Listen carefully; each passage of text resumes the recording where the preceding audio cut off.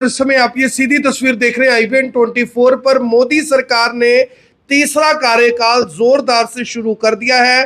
प्रधानमंत्री नरेंद्र मोदी ने लगातार तीसरी बार प्रधानमंत्री बनने का जो रिकॉर्ड बनाया है, क्योंकि गैर कांग्रेसी पहली ऐसी पार्टी है जिसने लगातार तीसरी बार देश को प्रधानमंत्री दिया है। और इसके साथ साथ करनाल से नवनिर्वाचित चुने गए मनोहर लाल खट्टर को अहम जिम्मेदारी दी है प्रधानमंत्री नरेंद्र मोदी ने।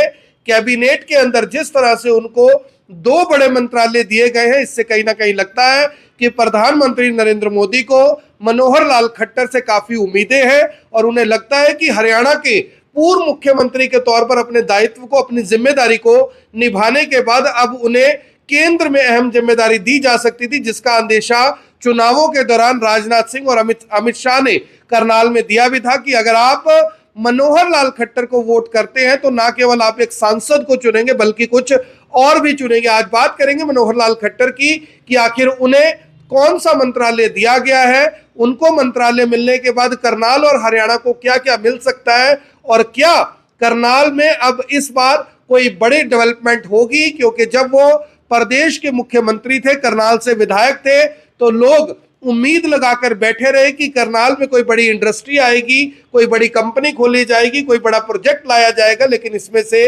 कुछ भी नहीं हुआ। तो सबसे पहले बात कर लेते हैं कि प्रधानमंत्री नरेंद्र मोदी ने जिन 10 चेहरों पर सबसे ज्यादा विश्वास किया है उसमें पहला नंबर किसका है और मनोहर लाल खट्टर कितने नंबर पर आते हैं। तो पहले बात कर ले राजनाथ सिंह की। उनको मोदी 3.0 के अंदर राजनाथ सिंह को रक्षा मंत्री फिर से बनाया गया, यानी कि उन्हें रिपीट किया गया रक्षा मंत्री के तौर पर। अमित शाह को गृह मंत्री और सहकारिता मंत्री का जो चार्ज है वो मिला है। एस जयशंकर को विदेश मंत्री फिर से बनाया गया। निर्मला सीतारमण को वित्त मंत्री बनाया गया, वो चौथे नंबर पर आती है। अश्विनी वैष्णव को फिर से रेल विभाग यानी कि रेलवे मिनिस्टर बनाया गया और इसके साथ साथ वो इंफॉर्मेशन एंड ब्रॉडकास्टिंग मिनिस्टर भी बन गए हैं। शिवराज सिंह चौहान मध्य प्रदेश के पूर्व मुख्यमंत्री, 4 बार मुख्यमंत्री रहे शिवराज सिंह चौहान, उनको कृषि मंत्रालय और ग्रामीण विकास मंत्री के तौर पर कैबिनेट में रैंक मिला है।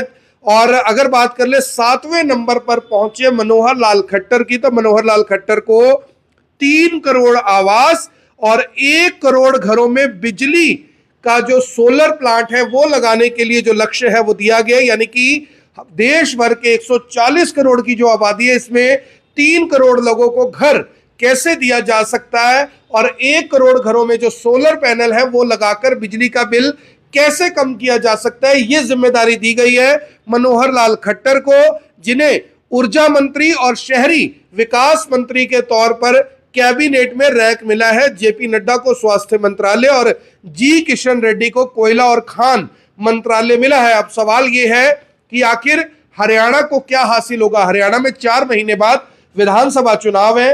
हरियाणा से 3 मंत्री बने हैं, पहली बार इस सांसद बने मनोहर लाल खट्टर को कैबिनेट रैंक मिला है। वही कृष्णपाल गुर्जर और गुड़गांव से राव इंद्रजीत सिंह को यानी कि स्वतंत्र प्रभार मिला है राज्य मंत्री के तौर पर, लेकिन मनोहर लाल खट्टर को मोदी से नजदीकी होने का फायदा मिला है। अब लोग ये जानना चाहते हैं कि क्या मनोहर लाल खट्टर करनाल में कोई बड़ी इंडस्ट्री, क्योंकि उनके पास एनर्जी डिपार्टमेंट है, पावर मिनिस्ट्री है, तो क्या पावर मिनिस्ट्री में कोई बड़ा प्लांट, कोई बड़ी इंडस्ट्री करनाल में वो लेकर आ पाएंगे।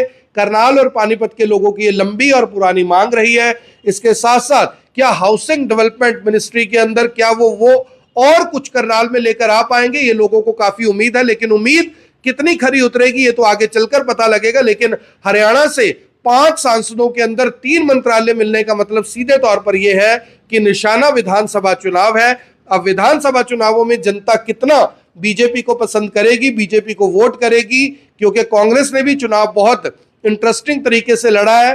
5 सीटें कांग्रेस के खाते में गई, 5 सीटें गई बीजेपी के पास। और अब देखना होगा कि विधानसभा चुनावों में आखिर बीजेपी की रणनीति क्या रहती है। बताया यह जाता है कि देश के प्रधानमंत्री नरेंद्र मोदी काफी गंभीर है हरियाणा के विधानसभा चुनावों को लेकर। जिस तरह से बीजेपी को झटका लगा है, 2019 में क्लीन स्वीप किया था और इस बार सीटें आधी रह गई, इससे कहीं ये ना हो कि हरियाणा की सत्ता भी बीजेपी के हाथ से चली जाए। इसी को लेकर बीजेपी इस प्लान के ऊपर काम कर रही है कि मनोहर लाल खट्टर के साथ साथ तमाम जो सांसद चुने गए हैं उनके मार्फत जो मंत्रालय दिए गए हैं उसके मार्फत जनता को साधा जा सके और जनता एक बार फिर से 2024 में बीजेपी को विधानसभा के लिए बहुमत दे और उनकी सरकार बन जाए। फिलहाल इसके ऊपर आपको क्या लगता है जरूर बताएं। आप देख रहे हैं IBN 24, मैं हूं आकर्षण उपल करनाल से आप सभी के साथ लाइव।